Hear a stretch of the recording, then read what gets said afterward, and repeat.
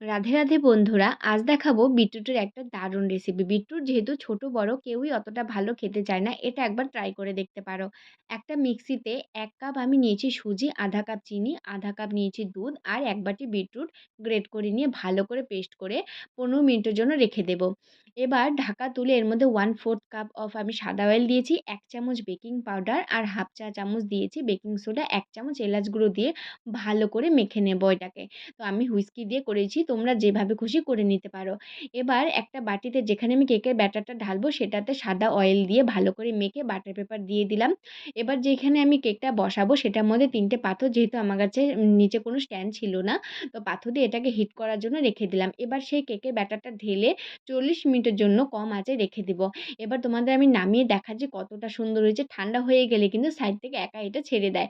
কেটে দেখাচ্ছি কতটা নরম হয়েছে। তোমরা একবার ট্রাই করো, কেমন লাগলো অবশ্যই জানিও।